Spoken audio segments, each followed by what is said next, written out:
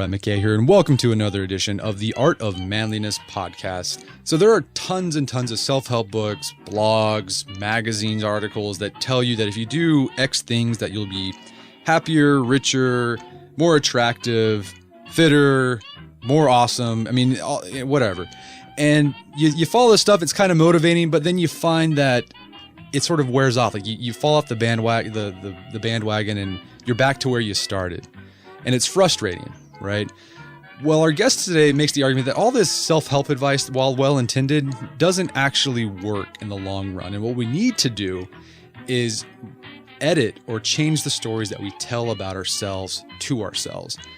Our guest is Timothy Wilson. He's a professor of psychology at the University of Virginia, and he's the author of the book, Redirect, The Surprising New Science of Psychological Change. And in this podcast, we're going to discuss his research that he's found about what's called story editing, which is these stories that we have in our head about ourselves, about our circumstances, and that if we can edit these stories, change what they are, the parts of them, that we can fundamentally change our life trajectory, and we can become happier, healthier, et cetera, and it's change that can be long-lasting. So really fascinating discussion. In fact, his book Redirect inspired one of my favorite posts that we wrote on the site, which is about the George Bailey effect. So we're going to talk about how George Bailey from It's a Wonderful Life can help you become a better, happier man. So great discussion here. Let's get on with the show. Dr. Timothy Wilson, welcome to the show. Great to be here, Brett. So your book Redirect, fascinating book. We're going to delve deep into it. But you start off with describing what's called CSID, or Critical Incident Stress Debriefing. And this is where therapists are sent in to the location of a traumatic event so they can talk to people about it immediately. So if there was a mass shooting, for example, or they would send in therapists to talk to the students right away. And at first blush, this sounds like a great idea. When I read about that, I was like, oh, that's a good idea. That should help people. But you present research that suggests otherwise. Can you talk about what the researchers have found on the effectiveness of CSID? Sure. Well, the reason I opened the book with that example is that to illustrate that as valuable as common sense can be, sometimes it doesn't lead to the best interventions. And it's the more non-obvious things that work. And you're right, CISD really, it makes sense that if you get people to purge their feelings, to instead of bottling them up, of talking about them, that should be helpful. And in fact, as you mentioned, this technique has been used across the country with first responders and many people who have experienced trauma. Researchers didn't get around to really testing it vigorously until relatively recently, and unfortunately it turns out not only not to work, but some people argue it can actually backfire, that by getting people to verbalize a traumatic event, it actually imprints it in our memories more, and we find it more difficult to get beyond an event. And in fact, sometimes distraction can be a good thing. If something horrible has happened to us, to take our mind off it, go spend time with our family or loved ones, absorb yourself in a book or a movie. But the more you dwell on it right away, the more you're going to remember it. Interesting. So besides distraction, what have they found that's helpful to help individuals who've undergone a very traumatic event? Well, one thing researchers are finding is that people are amazingly resilient, that these things can be terrible to experience, but if we just let the natural healing process take place, let people kind of follow their instincts as to how much to think about it versus distract themselves, that they're going to get over it sooner, if not later. Now, if in many cases or some cases that doesn't work, and a few weeks go by and people find that they can't get an event out of their minds, and that's where there are some writing exercises that psychologists have developed that turn out to be remarkably helpful. So just taking out a piece of paper before you go to bed at night and writing about your deepest thoughts and feelings about this thing that's troubling you. And doing that, say, 3 or 4 nights in a row is painful, but it can help people move beyond these events by getting them to restructure it and think about it in a way that gives it some meaning and allows them to move on. So why is it that writing, as opposed to talking about it right away, is more beneficial? I mean, what's the difference there? Well, I think a real key is the timing, that these writing exercises are typically done after a few weeks at a minimum have gone by, so that people have had time to, their natural resilience processes have kicked in perhaps, and the event isn't quite as vivid in their minds. So there's less risk that writing about it or talking about it will imprint it in their memories. I think gaining some perspective. Think of the example of all of us have probably undergone a romantic breakup where someone has told us, "Look, this isn't working." And, is it best to sort of wallow in your feelings right away and write about it, or, maybe go spend time with your friends, let some time go by and then revisit it? And it's getting that perspective over time, which can really be helpful. Okay. So you start off with talking about the CSID as a way to introduce story editing. Can you explain what story editing is? Because it's a relatively, I guess, not new idea in psychology or social psychology, but it's gaining more and more, attention. So what is story editing, and how does it affect the way we think about the world and think about ourselves? Sure. Well, it's a metaphor that we all have stories that we tell ourselves about who we are and what's happening to us in life. And it does capitalize on an age-old phenomenon in philosophy, that the world is not something objective that we look at like a movie. Rather, we are always interpreting and making sense of the world around us and weaving that into some sort of narrative about what's happening to us and who we are and so on. And often these stories or narratives are quite healthy and help us deal with traumatic events. We have a lot of self-confidence and strength, but sometimes these stories go wrong and people end up with pessimistic views of themselves or interpretations that lead to rumination and negative feelings. And so this metaphor of story editing is if we can somehow get inside people's heads and just get them to redirect that story into a healthier direction, that can have big benefits down the road. Okay, so you highlight research that was done with college students on the power of story editing about their grades. Can you briefly describe that research? Sure. Well, this is kind of how I got interested many years ago in this whole area. And it's a study I did with college students, as you said, who were in their first year and struggling and not performing as well as they thought they should be or could be. And if you think about that, there's lots of ways we might try to help such a student who is struggling. We could maybe give them a study skills intervention, or maybe give them some medication to calm them down. But we decided to intervene at this level of the story. And our hunch was that there's a kind of a vicious cycle of thinking that people can get in, where they're questioning whether they have what it takes to do well in college. And that leads to some worry and anxiety, and that makes it even harder to study and to actually do well. And so the story in this case is, maybe I don't fit in here, maybe I don't have what it takes, which leads to this vicious cycle of it spirals downward. So we did a really simple intervention where we brought students in. We didn't tell them that the goal was to help them. We just told them they were taking part in a survey. And as part of this survey, we gave them some information that challenged this view that they couldn't do it, and tried to reinforce the view that lots of people struggle in the first year. And it's not a sign that they are failures. It's a sign that college is a time of adjustment and they need to try a little harder. We gave them some statistics showing that grades often improve after the first year, and showed them some videotapes of older students who reinforced this message, said, yeah, it was tough my first semester, but it got better over time. So, pretty simple. This took about a half an hour where they learned this message.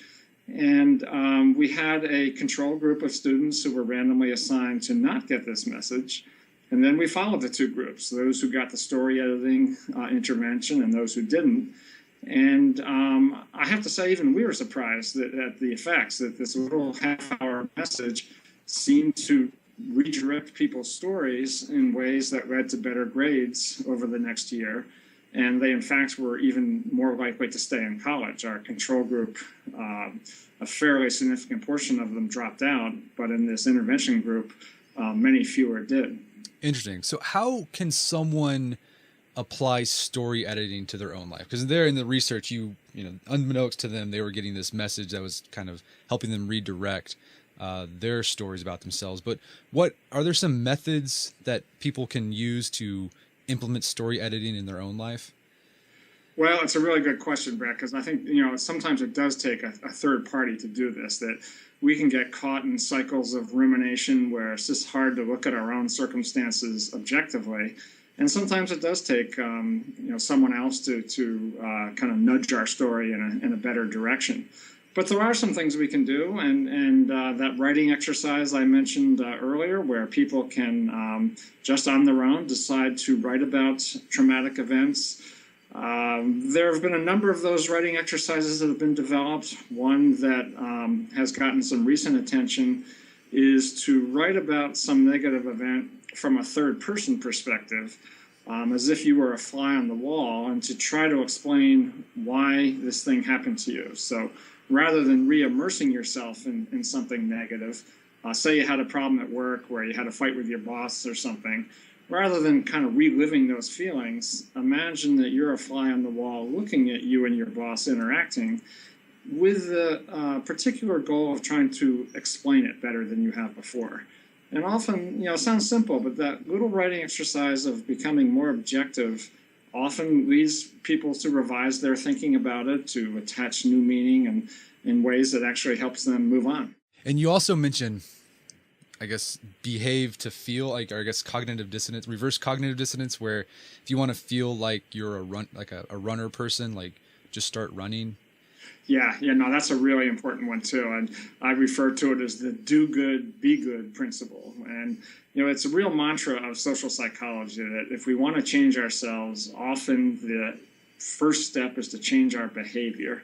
So if we want to view ourselves as more caring, helpful people, then do some volunteer work. If a better family person, then do the dishes more in your house or spend more time with your kids. Because what happens is once our behavior changes, the story often follows after that, and it reinforces this new self-identity of, yes, I am a helpful person because look what I'm doing. Interesting. So what do you tell to the person who, they listen to this and they sound, oh, this is great. I'm really pessimistic. I'm sort of a curmudgeon. I'm not very resilient, and I want to change my narrative about themselves. I want to change my narrative about myself. I can see this. There'd be points of frustration where, you try doing the story editing, but change doesn't happen all the way, and you get frustrated. You're like, oh, this doesn't work, and you begin that vicious cycle of thinking that I can't change my story.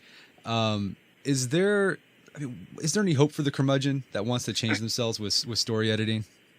Yeah, well, I will put in a plug for psychotherapy, but I do think if problems really get out of hand, that one might think of psychotherapy as a bigger dose of story editing, where you have someone else to help you with it, and there's a lot of good evidence that psychotherapy works for a lot of problems. So if your curmudgeon was really getting seriously depressed, for example, seek some help. But short of that, I think there's always some room to maneuver. I don't mean to suggest that these techniques will change us overnight from a curmudgeon to the most optimistic person in the world.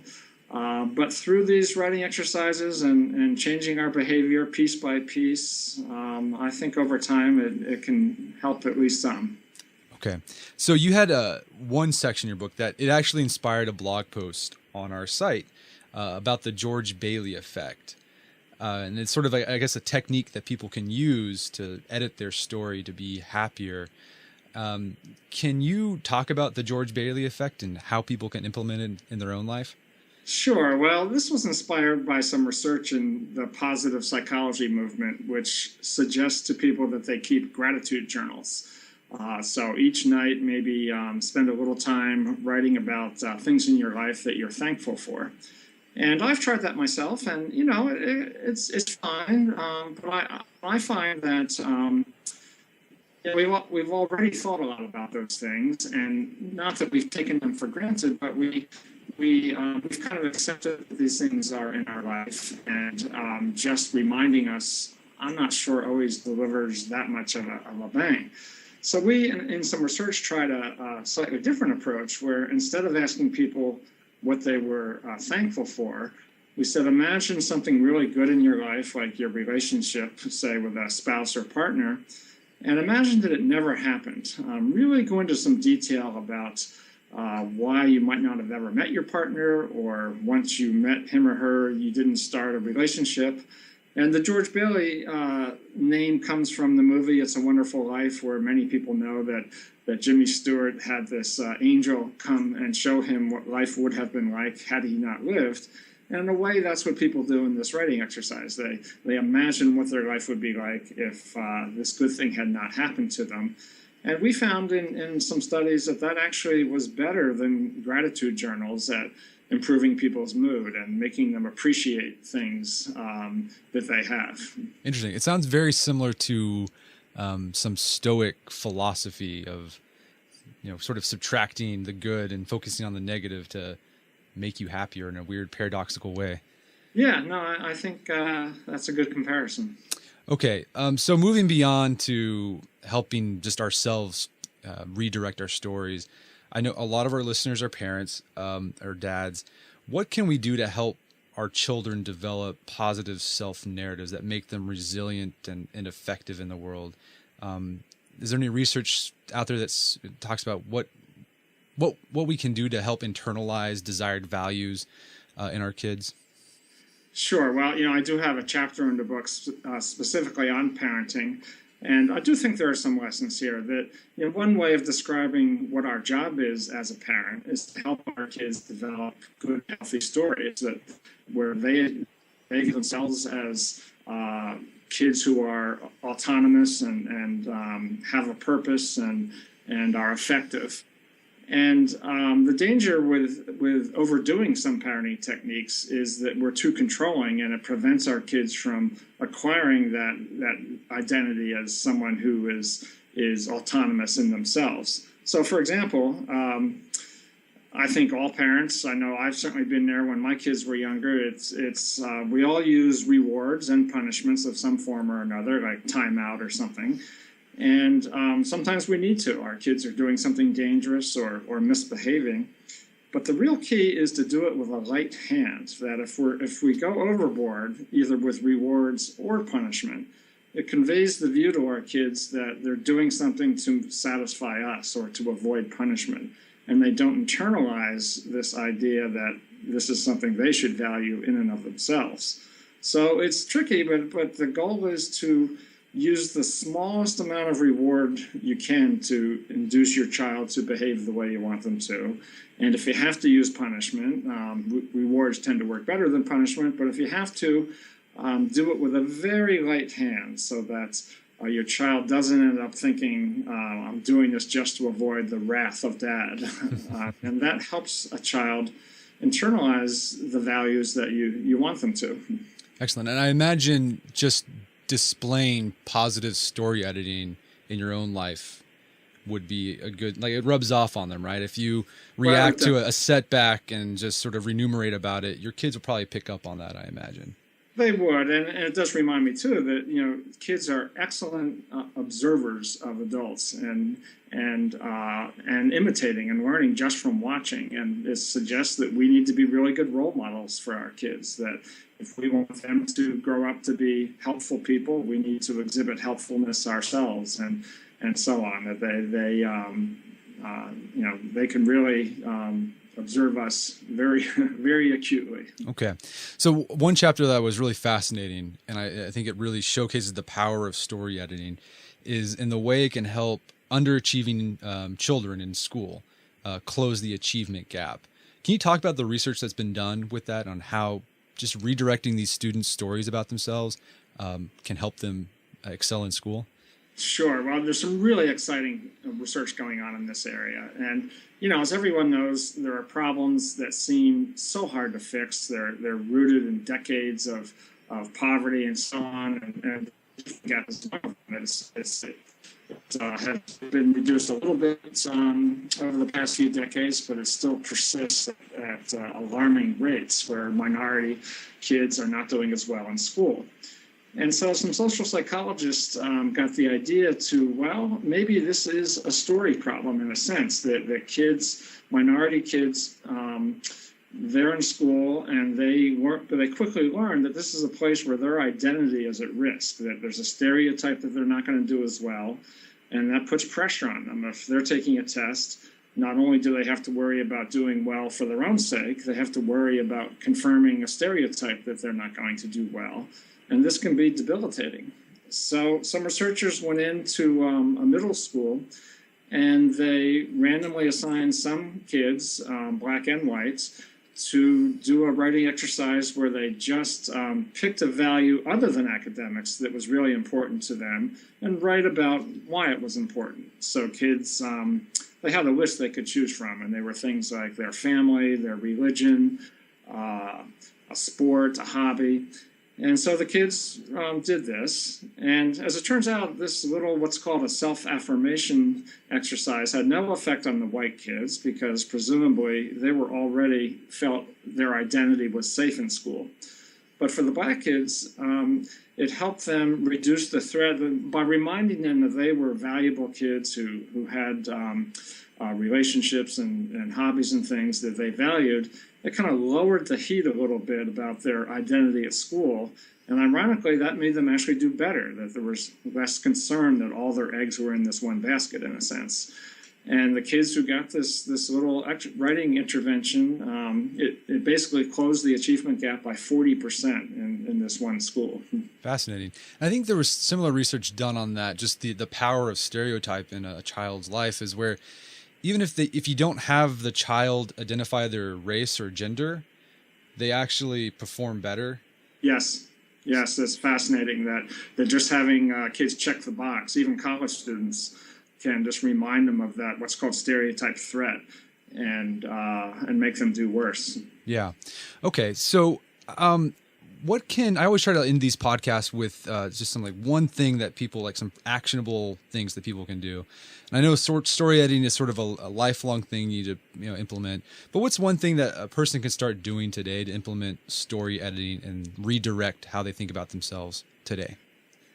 Well, I guess what I'd say, Brett, is just remind ourselves that change is possible, that we're not fixed beings, that are stuck in one way that we have to be stuck in forever. That just by adopting this metaphor of the story, I think it empowers us to change it. And I'm not suggesting it's easy and that every problem will magically disappear, but I think just beginning to view whatever's troubling us as, it's a story. And at one extreme, if I really need help, I can get psychotherapy. But short of that, there's a lot of little things I can do of changing my behavior or these writing exercises that can send me on the road to a better story. Excellent.